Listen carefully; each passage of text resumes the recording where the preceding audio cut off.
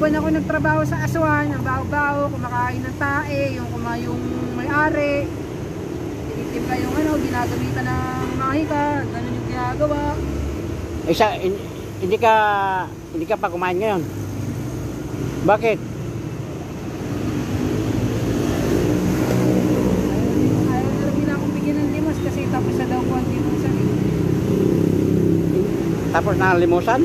Hindi pa naman tapos ang limusan ngayon ha. Wala kang pera dyan? Wala po, 8 pesos lang.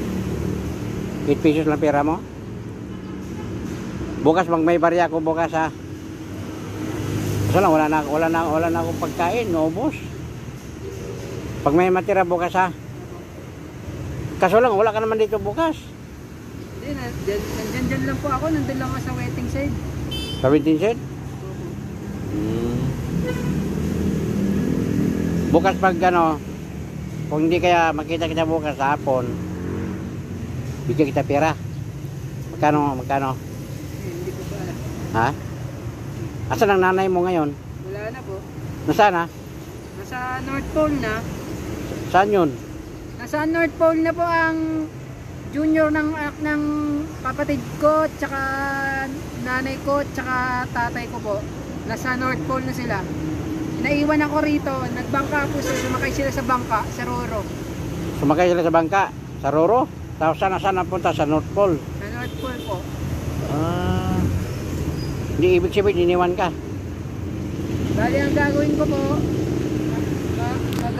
maglalakbay na po ako po. Saan napunta? Pinasok po yung bahay namin, ninakaw ng mga sanggano, tapos pinatay po kami sa loob ng mahika. Mahika? Di ba yung mahika kapangyarihan yun? Oo, kapangyarihan po siya, tama. Kaya nga. Ang ibig sabihin ng kapangyarihan, power. Power? Oo, power po. Inasaan yung cellphone mo? Hindi ko po. Bago matagal na rin kasi siya. Sa tuwing binibigyan po ako ng limos, yan, pupundar ko po, anong tawag dun? Yung pinampupuhunan ko po para may balikin sa mga tao. Para maibigay sa mga tao? Galing nga. Basta bukas ba ha? O kung wala ka dito bukas ng umaga, hapon, ha? Bigyan kita bukas ng pambili mo ng anong bibiliin mo? Pagkain po, galing. Pagkain? Pagkain pa rin ako. Okay, bukas. Bibigyan kita bukas ng pagkain ha?